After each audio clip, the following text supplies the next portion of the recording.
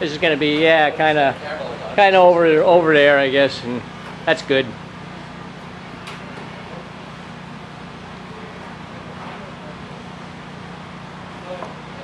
That'll be good. Go for it. Okay. Hi, everyone. My name is Mike Schware. For those of you who don't know me, I am one of... We good? Yeah. Keep talking. Does that work? Okay. Okay. My name's Mike Schware. I'm one of the 9 county commissioners, and I'm the county commissioner that represents this district. It basically covers the southern part of Lehigh County, Emmaus, Salisbury, part of Allentown, Upper Milford, Lower Milford, Coopersburg, Upper Saucon, and the borough of Mackenzie. Not Lower Mackenzie, but just the borough. I want to thank everyone for having us out there here today. CEPTA, nice of you to have us. And really, I'm just here to answer questions and see if there's any concerns that you might have. We've been working very hard to cut county spending and also cut county taxes. And we're coming up on budget season again, so we hope to do that again this year. Does anyone have any questions or concerns that they want to talk about? Okay.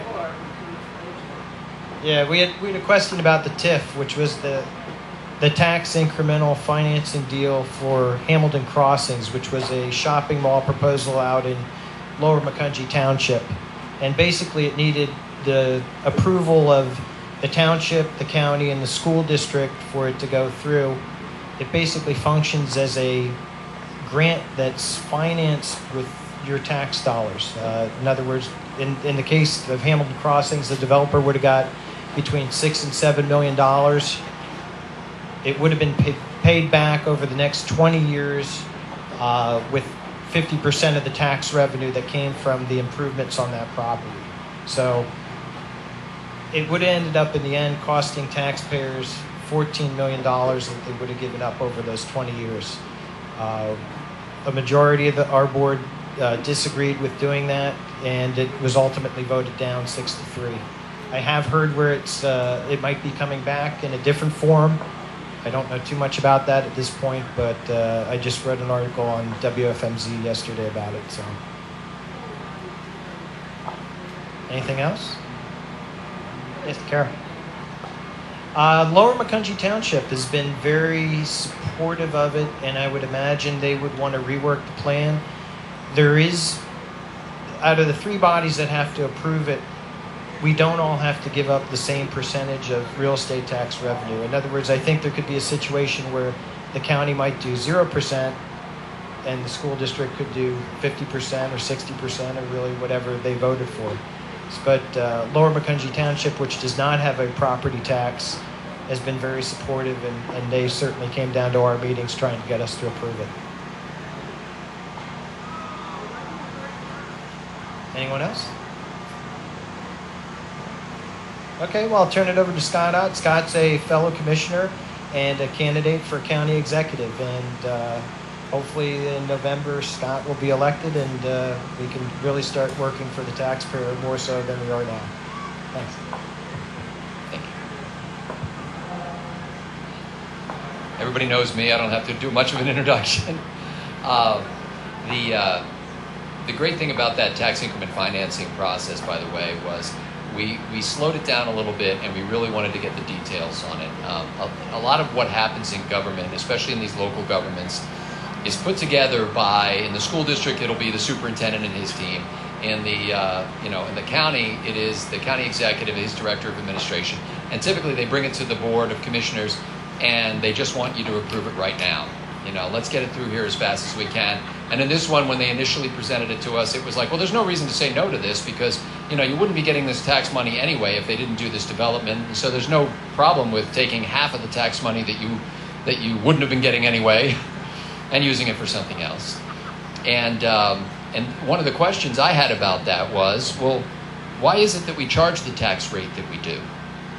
I mean, if we can just give away 50% of that, then why don't we do that for everybody? Is there any cost involved to the county in having a commercial development come in? And if there's no incremental cost to the county, why do we have to charge the tax rate that we do? And nobody really had an answer for that question. And I guess they thought it was a rhetorical question, but I was very serious. I said, why is it that we're doing this? Because why don't we just say to anybody who wants to open a business, hey, for the first 20 years, you can just pay 50% of your tax bill. I mean, that might encourage a few businesses to get going in Lehigh County. So one of the things that's great about working with Mike Schware is that he does the hard work, he does the research, he slows things down and asks the tough questions. And by doing that, we've been able to make better decisions. And in some cases, we've been able to find solutions that would not have occurred to us if we had just made the decision, in an instant the way they wanted us to that evening. So one of the things that we're trying to do in reforming county government is exactly that, is slowing down that pace of automatic approvals. The county commissioners should not be a rubber stamp for the county executive. The county commissioners are supposedly a legislative body. They should be writing legislation. The way it is, the administration writes almost all the legislation, and the county commissioners are expected to just adopt it. And so we'd like to return that balance. You know how in the U.S. Constitution there is that balance between the executive and the legislative branches? There's this check and balance process, and then between the two houses of Congress. When ideally, that's supposed to slow things down, make sure good decisions are made, and make sure that nobody can sort of run away with it and run everything. Like, you don't want the President of the United States, running the country and making up bureaucratic rules and dodging around Congress and evading the courts and... Yeah, I'm just talking theoretically. You would not want that to happen. So by the same token, we don't want that kind of thing happening at the local level. And it's kind of strange because, now I'm running for county executive, and I'm actually running for an office that I think should be less powerful than it is. And so if we do the thing right, ideally the county commissioners become the legislative body that sets the policy guidelines for how the county government's going to operate. And the county executive is responsible for carrying out the day-to-day operations of the county within those guidelines. And that's how we're supposed to check and balance each other. Now, we've got a budget coming up. How many of you know that we have a new county executive as of the last month or so? Okay, you guys are paying attention to the news. This is the second county executive we've had to choose in the last year. Don Cunningham left last year and went to run the Lehigh Valley Economic Development Corporation. We replaced him with former Commissioner Bill Hansel. Unfortunately, Mr. Hansel got cancer and stepped down, and then shortly thereafter, he died. So we replaced him with a guy named Matt Crossless. Matt, in his interview process, and even since then, has said that he thinks that the county should take care of its essential responsibilities before it spends money on things that aren't mandatory. And the analogy that he uses is, he said, look, when you run a household, you got to pay the mortgage, okay? You don't have to pay the cable bill. You can decide not to have cable TV, but you've got to, you got to pay for a house. You've got to have some place to live or rent. And so that was encouraging to hear. Matt is a Democrat, and we were glad to hear that. Now, we'll see how going through the budget process, because now he's going to be faced with every department in county government telling him how they absolutely need an increase in spending next year. And one of the excuses they're going to use is because those reform-minded commissioners didn't let us increase spending last year. So they're going to say, we certainly need to increase it this year. But we think that there's still, we knew that there was enough padding in the budget that when we proposed a $5 million spending cut last year, we knew they could do that without cutting a single program, a single project, or a single personnel position. And that we knew that to be true. They rejected that. They said, you're crazy. You can't cut, not only can't you cut $5 million, the director of administration said, you can't cut anything. And he said the reason why we weren't proposing any specific line item cuts is because nothing can be cut. A week later, they came back to us and they said, I'll tell you what, we'll cut $3.5 million. To which I said, well, listen, last week we asked for $5 million and you said nothing could be cut. This week you tell us you can cut $3.5 million. Take another week. Come back to us. We're not in a hurry. And, they sort of laughed at that, but I thought, really, we're $1.5 million apart now, when last week we were $5 million apart, and you told us that it was impossible. So, what we've learned is something can be done, but you have to have the courage to do it. And what's so important about a group like this one is that you keep informed and you keep the pressure on your local public servants to make sure that they understand that when those tax bills start to pile up on your kitchen table, somebody has to pay them, and that somebody is you. We were going door to door 2 weeks ago over by Roosevelt Park in Allentown, and I walked up to this lovely brick home with nice flowers on the outside of it, and there was a for sale sign in the yard. And I asked the lady who lived there, I said, I see you're selling your house, and she said, yes. She says, I've lived here for 51 years, but after this winter, between the oil bill and the tax bills, I can't afford to keep the house anymore. I can't imagine what that's like, moving out of a house that you've lived in for 51 years, that, her husband passed a couple of years ago, and so she's, this is the last link, and she's going to have to walk out of that place. I talked to another lady today who said she didn't know if she was going to be able to keep her house because of this, and she said, doesn't the mayor of Allentown understand? She lives in Allentown. Doesn't he understand what we're going through? He doesn't seem to understand. And it's not just Mayor Pulowski. It's politicians at all levels who don't seem to understand that those little increases that they keep pushing through all add up. And it's not just your little increase that you did in Allentown, or your little increase that you did in the school district, or the one you did in the township, or the one you did at the state level, or at the federal level. It all accumulates and it all piles up. And especially folks in most of your age group, most of you are not running multi-million-dollar businesses. Most of you are not in the active workforce anymore. I mean, you still work like dogs, you just don't get paid. And your income can't be adjusted that rapidly to accommodate the needs of politicians. And so all we're trying to do really at the county government level is to apply your thinking to governance. I was telling these ladies over here, I was raised by my grandparents. My grandparents grew up in the Depression. We had a completely different mentality in that household because they had lived through the Depression. They understood what could happen. And so we were much more frugal than I think most people in this generation are, and certainly than in government. So if I can, my grandfather's birthday was yesterday. He passed away 2 years ago. The best legacy I think I could be to Jim McMaster, former Staff Sergeant Jim McMaster, is to be fiscally responsible in running government here in Lehigh County, to create an example, to create a model that can be replicated in other counties, school districts, townships, cities, and even in the state of Pennsylvania. We especially want our friends from the state of Pennsylvania to hear this. Now, they're starting to do some good things in Pennsylvania government, but there's a lot more that can be done. Keep the pressure on. Keep after us. And if you see us, if I get elected county executive, for example, and you say, hey, wait a minute, I thought you said you were, trying to restrain spending here. You seem like you've gone nuts. First of all, let me know about it. And number two, if I don't correct my ways, make sure you vote me out. I mean, that's your lever. That's your power. You have the ability to do that. So I'd be glad to take any questions you have, any challenges, any heckling, any... Yes, sir, John. What, if you would mind repeating the question, just so what are your plans as county executive? Is there specific things or in general that you actually like to have ideas on? Okay, the question is, what are my plans if I should get elected as county executive? And obviously there are some specific things that we could do, but when you're looking at an organization from the outside, it's kind of like when you're interviewing for a job. When you sit down for the interview of the job, you don't sit down and go, hey, what I think you need to do is cut the R&D department by 75%, and you need to, make these other changes. I'm sorry about this phone ringing. Orlando, Florida. Who would be calling me from Orlando, Florida? But I think what you bring as a leader is an approach, and an approach that says the assumption is that results are more important than intentions, number one.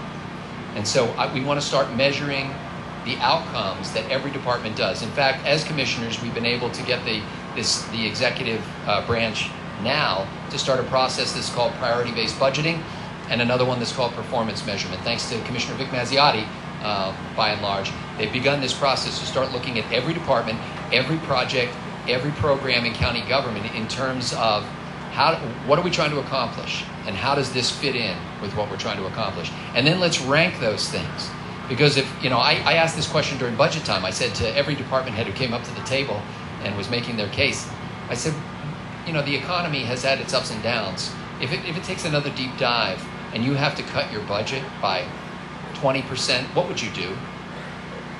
And several of the department heads just were completely flustered by that. They had no idea how to answer the question. And a couple of them said, well, I guess we'd make do. But that's about as good as it gets. I want people thinking in terms of, hey, this, the prosperity that you're enjoying right now in your government department may not go on forever. So what will you do if things change? Because some of us right here have had to make a decision about what happens if we lose 20% of our income. I've talked to small business people who lost 50% of their income in a single year. They had to figure out how to operate. So we've already begun that process. What I want each of the departments to really delve into is, what's our objective here, or objectives? They may have multiple objectives. How do we know that we're making progress toward those objectives? So what are the benchmarks of progress? And then what is the cost per unit of accomplishment, if you want to think of it that way? So here's what you're trying to get done. Here's how you'll know that you're getting it done. And here's how much it's going to cost to get it done. And those are three simple little parameters. And they always say in government, they go, oh, you can't do that. You can't run, I'm sure Ryan hears this all the time, you can't run government like a business because government's in the people business. And I always go, really? So which business are you aware of that is not in the people business? I would contend that Bethlehem Steel was in the people business. You're always dealing with people. You've got people as customers, you've got people as employees, you've got people who are dependent upon your organization in one way or the other. So don't give me that nonsense about we're in the people business. So that, number one, and I think maybe the best thing that happens if we can change that thinking from one of good intentions to one of what are you actually trying to accomplish? And how do we know we're getting it done? The reason why we said no to the Bi-County Health Bureau, in large part, every commissioner had his own reasons, but one of the big reasons was there was no way to measure what they were trying to do. And when we asked them specifically, we gave them every opportunity, we said, how will we know that the Bi-County Health Bureau is being successful?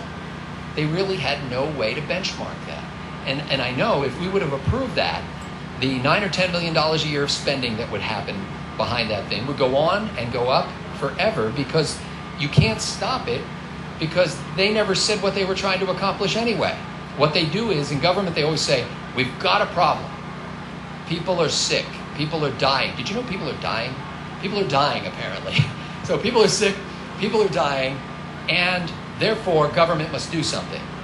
And you say, well, what is government? What is the thing that government is doing? How is that going to affect the health? How will we measure that? And they can't tell you. And so we said, well, we're not going to spend people's money on something that we'll never know if it's working. So, those are a general approach, focusing in on what are the most important things for county government to do. We have a big fat binder like this in county government that says everything that we're mandated to do and the things that we don't have to do, the things we just choose to do. We need to go through that binder and figure out what things, can be set aside. We're being asked to give money. Like, you get charity requests from people and organizations. So does your government. We get charity requests from organizations who come to us because, you know what? It's easier to come to us and get five of us to say yes than it is to go out into the community and raise the money on their own. So we help to fund things like the symphony. Now, I haven't been to the symphony lately. I like symphonic music, I like classical music, but I really can't afford to go to the symphony all that often. And my guess is that most of you probably haven't been to the symphony lately either. But the people who go to the symphony and have wine and cheese parties could probably afford to kick in a little bit more to help support the symphony. So anyway, those it's more of a general approach, John, than anything. And running for office, it doesn't do any good to say, I'm going to add this, cut that, or whatever, because frankly, you can't do it as one person. And secondly, they'll just use it to attack you in the election. Last meeting that I was with the county commissioners, there was a social program that came up as far as county One moment, please, while a gigantic machine passes by.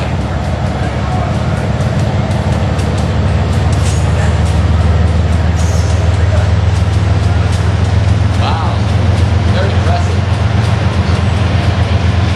Is it?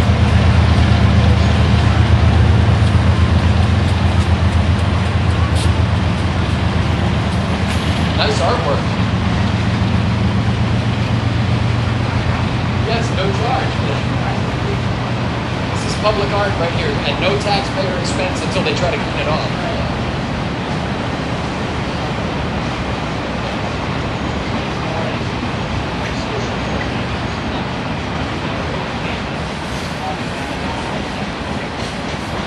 Oh, okay.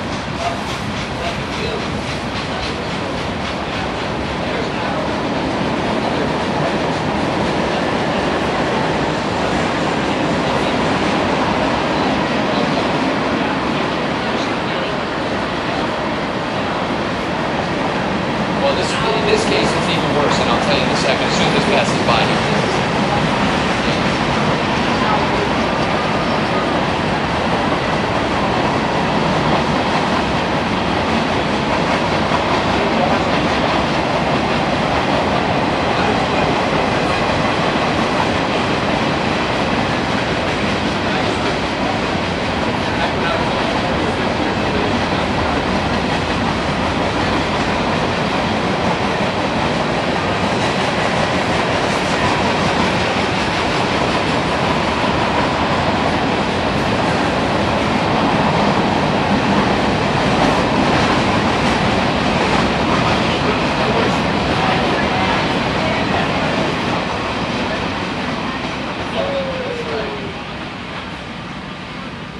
I have no problem at all with the noise of a train. It means somebody bought something. And they're shipping it to them. So that's good. The program that John is referring to is actually, if I'm picking the right one here, is a situation where the state government had been paying for a particular human service area. But the county was doing it.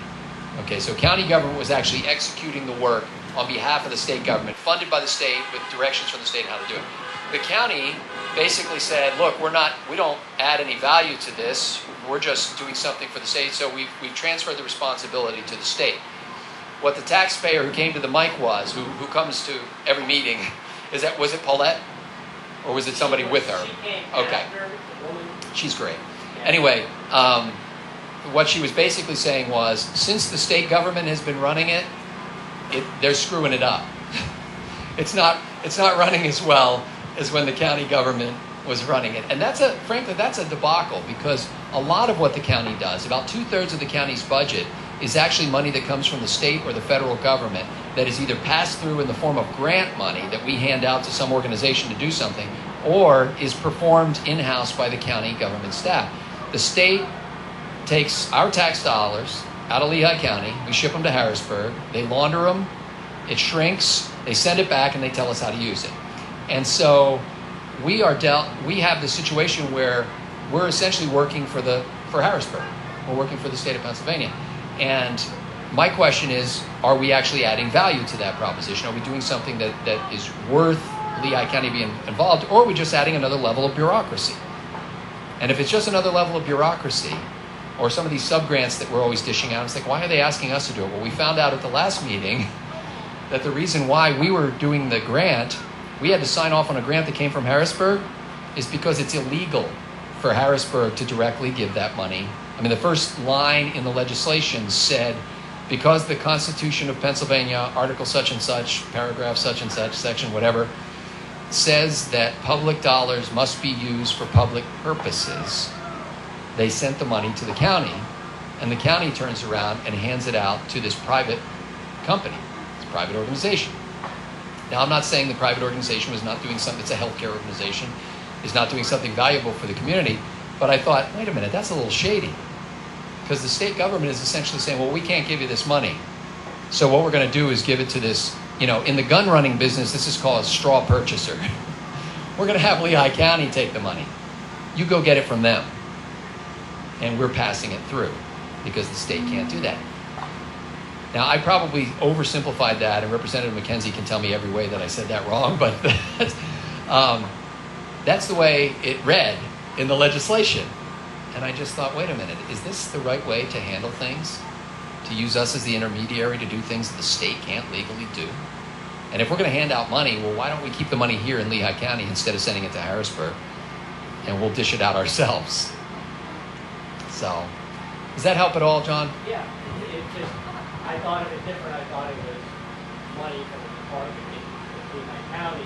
Yeah, she was just upset because she didn't think that the state... Now, my guess is that the state is actually using the same people to do the work that the county was using. and a different process. And because I think a lot of those people that got... It may be intellectual disabilities, Ryan, I'm not sure. They shifted that responsibility over. And it may be the same people actually doing the work, but the lady doesn't understand the new process, or the new process isn't working as well for her as it used to. And so she's dissatisfied. Other questions, comments, old war stories? Yes, sir. Cited the case of the woman that didn't pay her taxes. I understand that the bill, this is on the bill, there's a number 76. House Bill 76. And that's proposed that something the federal constitution, the U.S. Constitution, should keep us safe in our home. That's the right word. But I understand this bill is to do something so that you can't tax now or amount. Yeah, my understanding of HB 76, and Ryan, feel free to jump in if I misstate this, because it's actually in his legislature. But HB 76 basically is to replace the school property tax with a broader based and maybe slightly higher sales tax. And the benefit of that, of course, everybody says, well, you know, now I'm going to have to pay more for sales tax. But sales tax, at the very least, you can decide if you're going to buy something at the store or not. If you want to cut back your spending at the store, you can do that. And essential items are generally exempted from sales tax anyway, so food and medication and stuff like that, you don't have to pay the sales tax on. And that way, if you're retired and living in your house and you know just trying to make ends meet, you don't have to, you're not being bled dry by the school property tax.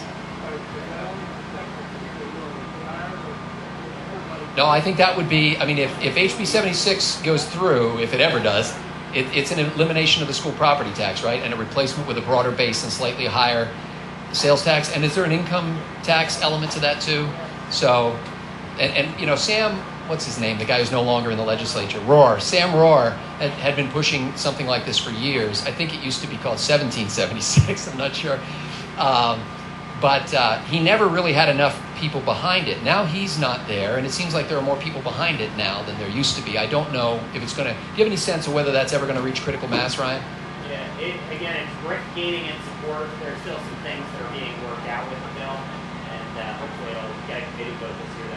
Okay, so Representative Mackenzie said it's gaining in support. There may be a committee vote on it this year. Any tax is going to be difficult, but to me, the most pernicious form of tax is the one that the county and the school districts engage in, which is the real estate property tax. Well, you should be secure in your person and property from illegal searches and seizures.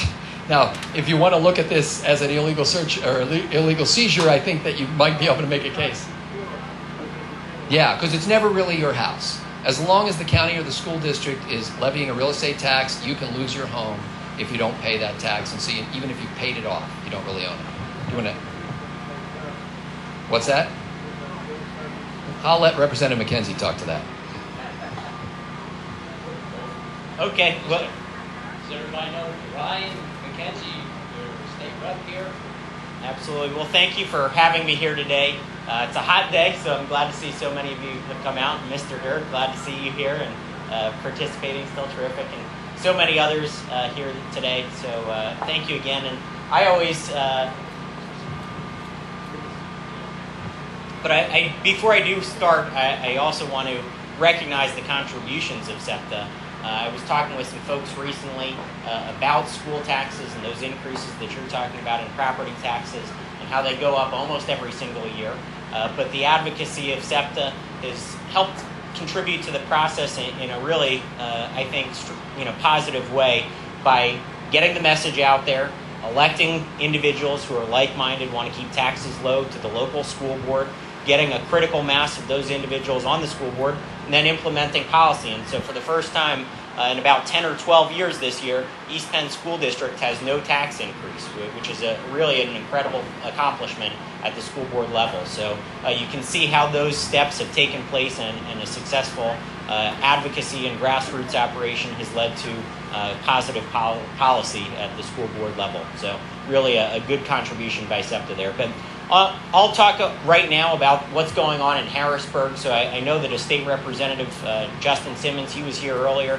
So hopefully I won't repeat a lot of the same things that he talked about. But I do want to start out by talking about the state budget, which is the largest single piece of legislation that we pass every year in Harrisburg. We just passed it on June 30th. It's a $28.4 billion budget. It was passed on time by the constitutional deadline of June 30th. There were no tax increases. It was a balanced budget, and it really focused on those core priorities that we as a state have of funding education, making sure that our public safety is in place with things like the state police, and then also really helping those in need. And so some highlights of the budget are that it did increase funding for education. Despite what you might hear from some folks, it did actually increase the state funding for education, and therefore the funding for all the different school districts that they receive from the state. It also put funding towards our state troopers. We are facing a lot of retirements in state police, so it'll fund an additional 290 extra state troopers next year. And then also in the areas of helping those in need, it gives money to help fund research and development for things like intellectual disabilities. And really that's one of the critical areas where I think we do need to place funding. And there's been a long overdue shortage in funding, what's happened is there's a wait list that's developed. About 2 to 3 years sometimes people are waiting for services from the state. And so we added about $20 million to that so that we can clear out that wait list and get those people the help that they need. So that's what happened with the state budget. Again, the things to focus on: no tax increases for a third year in a row, a balanced budget passed on time, and really focused on our priorities. Now, there are some things that are coming down the pike which signal a pending disaster in state government, and we really have to focus on. One of those, probably the most notable one, is the public pension system. And so this year, we had to increase our contributions by almost $500 million. And when you look at the share of the state budget that's being taken up by pensions, it's going to continue to increase over the years as obviously more people retire. And it gets to a point where it's simply unsustainable. And so right now, we're contributing almost $1.5 billion. That number is set to double in just 2, 3, 4 years. And so the options that you have are really increasing taxes to pay for that shortfall, massively cutting into government services in other areas, or doing pension reform. And so obviously, the third option there is the one that's most attractive to us, and so it's something we're going to be focusing on in the fall. We'll take another break for the train here for just a minute.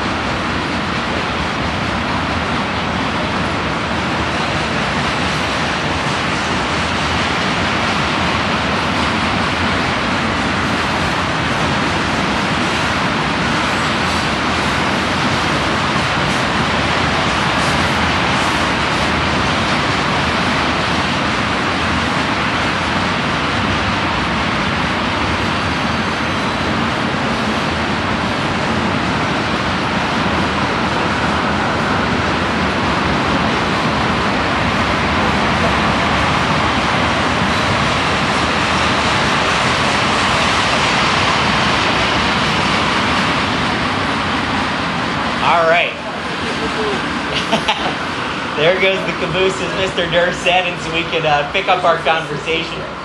And so on pension reform, this is one of the big three items that the governor has laid out and discussed, and we're going to be picking that up in the fall. And again, that is probably the most pressing issue that we have as state government. So when you look at our state budget, if you want to maintain no tax increases, balanced budget, those things that I talked about and I ran for before I came to office, it's critical that we actually fix our pension system. And so as you've seen for a long time, private sector has gotten out of pensions and shift over to a defined contribution system. We need to do that same thing in state government, and really it's just an unsustainable model because people are living longer. You see now that there are more retirees than there are people in the system working.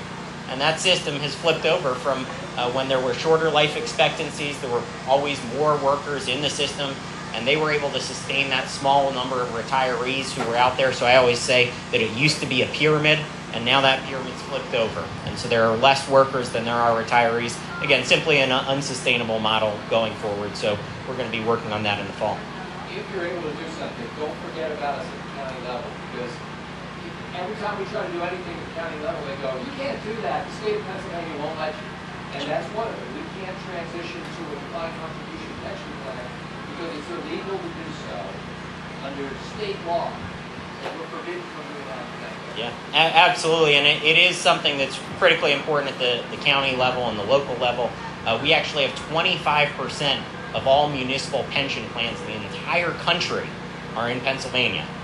And so when you look at a looming tsunami coming, it's in the pensions. And I think there was another question here. Go ahead, sir. People that are over 65 receive it, and let's say they projected earning $10 a month pension. Can the state come in and say, we're going to cut that to 5? So the question was on what can be done to individuals who are, I guess, close to retirement, in the case of this question, about changing their benefits. And so there is a provision in the state constitution which does not allow for contract impairment. So changing benefits for existing employees would be very difficult and probably unlikely to do. Now, I would say that for the benefits that they have already accrued, that will definitely not happen. It just simply couldn't happen because they've already earned those benefits. They're expecting those benefits, and so would not happen. And just same thing for current retirees. Their benefits will see no changes. In any of the plans that are out there, current retirees, I think not only does our state constitution prohibit it, but it's unfair to those individuals. They've worked, they've earned those benefits, they're counting on those benefits. They don't have the ability to increase their income or change their retirement account at that point. So no changes would take place for current retirees or the benefits that have already accrued to existing employees. Now, the governor's proposal does include a provision that would change the formula for new benefits for existing employees. And so what I mean by that, I'll give you an example. If there was an individual who's in the system, he's, in your example, 55, so he maybe has 30 years of work experience with the state. Maybe they've accrued a benefit amount of, let's say, $20,000 a year, just to use hypothetical numbers. That amount would be locked in place. So they would receive $20,000 and they receive an annual statement saying that's how much they're going to receive in their pension. But then let's say they go on to work 5 more years. Those last 5 years, the benefits that they would accrue in those last 5 years, they would be calculated on a different formula. And so let's say they would accrue an extra $3,000 in benefits in that year. So then when they would go to retire, they would still receive the $20,000 that was in their initial accrued pension benefits, and then that $3,000 stacked on top that they earned in that different formula over those last 5 years. So just that is something that is questionable if it could legally be done with our state constitution. But it has been proposed, and that's one of the arguments and debates that we're quite honestly having in state government is what that if that can be done and if it should be done. And so the thing that I think has less of an argument and a better chance of getting done both politically and legally is shifting over for new employees and moving them to a 401k style plan. And that's something that I think has a lot of interest and appeal. And I think really that should be the first step. And if you can cut off that program of defined benefit program for existing or for new employees, then you're really able to wrap your hands around and manage the unfunded liability. The unfunded liability in our state pension system is $47 billion. And put that in perspective of our state budget, $28.4 billion. So the unfunded liability is $47 billion for the pension system. To make matters worse, that $47 billion assumes an annual rate of return of 7.5%.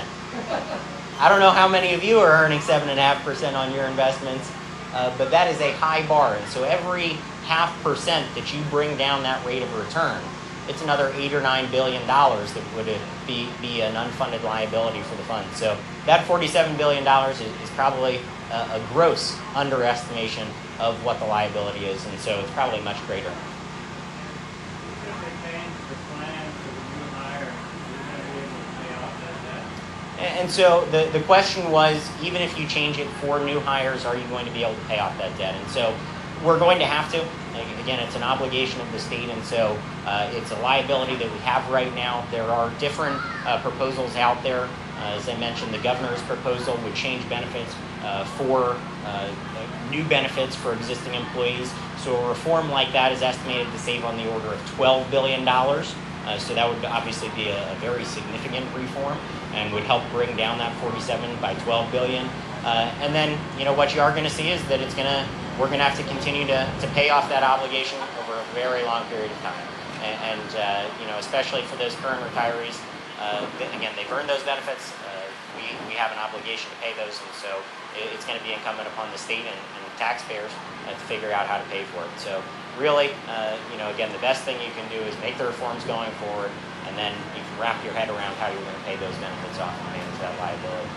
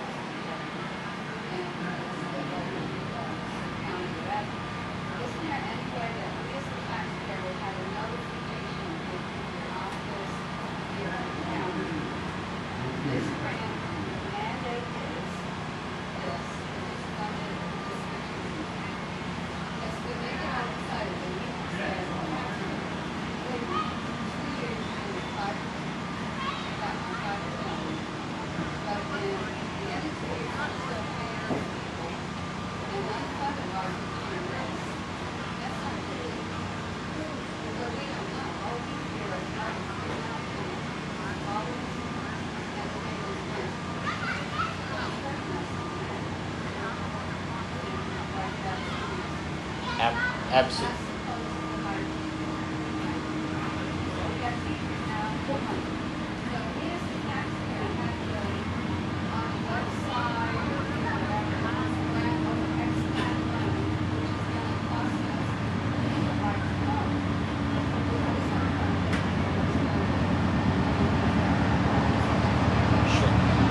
So the question was about, we have another train coming.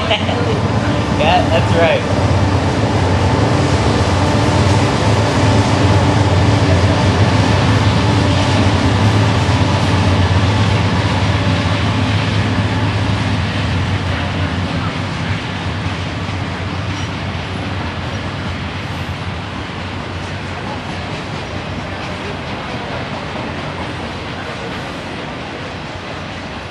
I think this one's a little quieter, so we might be able to pick up the conversation. The question was what can be done about grants and the mandates that are tied to those grants, or even just money that comes down from the state government to the county or local or from feds or anybody else. And so, really what I've actually been a proponent of is alleviating a lot of those mandates. And so, for instance, you hear about it from the school districts that they have all these unfunded mandates. And so I actually put together a list of those mandates. And so I now understand what all of those unfunded mandates are. And there is another representative in the House who has put out a bill, and I'm a co-sponsor on the bill, to alleviate all of the unfunded mandates for local school districts. And so, except for things, public safety, there are certain ones that are exempt. but all of those provisions would be things that the school district could opt out of. They would have to have a vote at their school board. They would provide a reason why they're opting out of it to the Department of Education in Harrisburg, and then they would be alleviated of that burden. And really, I think that's the way to go about it. And what I've seen is that when you try and have a one-size-fits-all approach from Harrisburg, it never works. And so we've heard from different school districts when we've passed mandates in the past, they said, well, we had a terrific program in place that already handled this, and now you're asking us to do something else. And, so I think there are instances that we've seen recently where a local approach has done something better, cheaper, more effective, more efficient. And so if we can just alleviate those mandates and say, it's up to you, we'll give you the money. And community service block grants, this is something I'm sure Commissioners Schware are familiar with. I was a big proponent of. We give that money to the county. We were able to reduce the amount of overall money that was given to the county, but we gave them the flexibility to allocate that money. And so that's something that I think I would like to see in other areas as well, and something that we'll certainly be working on. Any other questions at all? If not, we'll move on to a couple other topics that are out there. Certainly liquor privatization is something that's moved through the House. I'm sure you've read a lot about it, heard a lot about it. It's something that I voted for and was an advocate for in the House. We're going to see if the Senate's going to be able to take that up when they get back in the fall, and hopefully they'll be able to pass something there. Third one is transportation funding. This is something that is a core function of government, especially state government. We have about 120,000 miles of road in Pennsylvania. The issue is really, though, on the spending side. And so I think we really need to rein in our spending in transportation.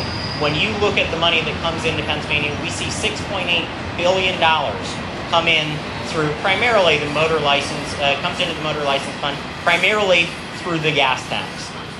We have the 8th highest gas tax in the country, the 15th highest diesel tax in the country. And when you divide that $6.8 billion over those miles of road, about $54,000 per mile of road. So the 9th highest amount of funding for transportation in the entire country. So well, that is not the case, unfortunately. But the problem is really how that money is spent.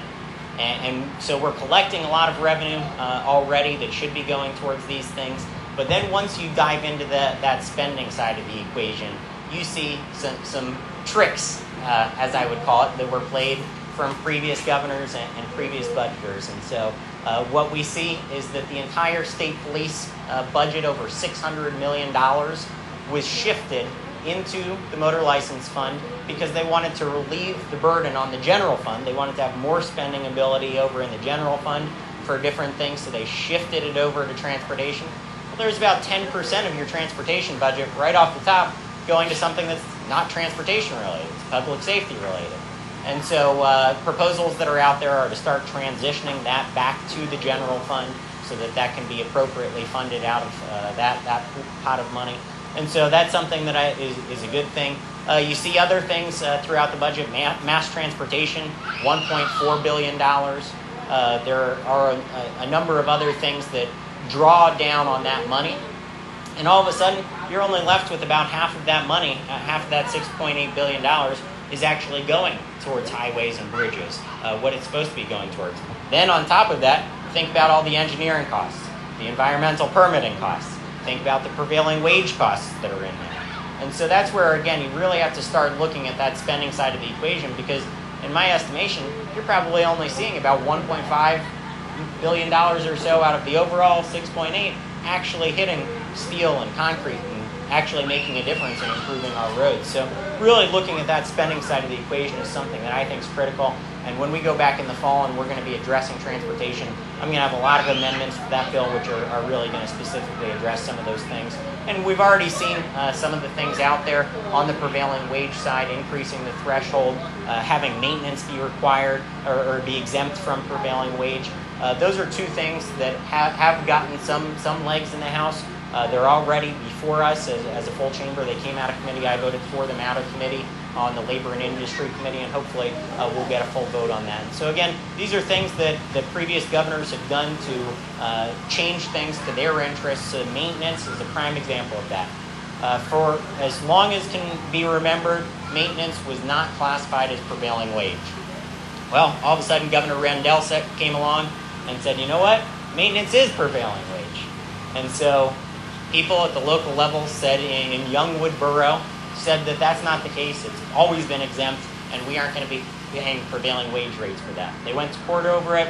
An activist judge, in my opinion, found that prevailing wage should be paid on maintenance projects, and so now that's been the case for about the past 5 or 7 years here. And so that's something that we would like to roll back and have be exempt from prevailing wage, and so hopefully we'll be able to get some reforms like that along with the transportation funding. So any other questions on liquor or transportation? The question was about Common Core. That was the next thing I was going to go to, so we'll jump to it right now.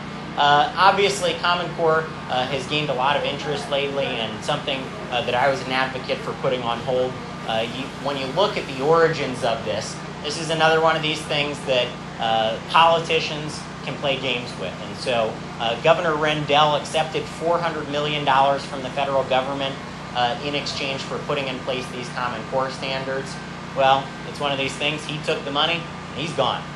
And so he doesn't have to worry about mandates and implementing these programs. And so Common Core is something that I have advocated for putting a hold on, at least until we get some more answers. And we just don't know the ramifications of this in terms of what it's going to do to the curriculum, what the cost is going to be, what types of things are going to be taught in the curriculum, what types of data are going to be collected. We don't have answers on any of this. And so when we go back in September, the legislature is going to be holding hearings on those things that before we make any steps or take any more steps, we at least know what we're getting into. And if we want to make a change or put it on hold indefinitely, at least we'll have all the information before us.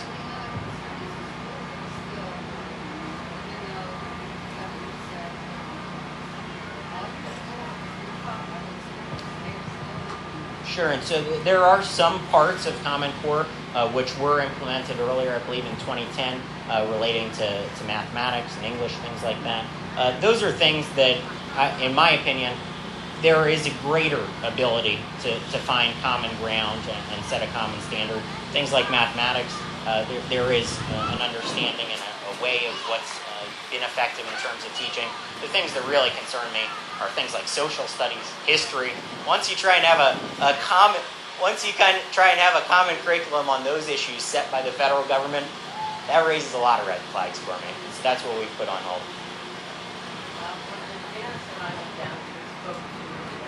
Front of the state school board.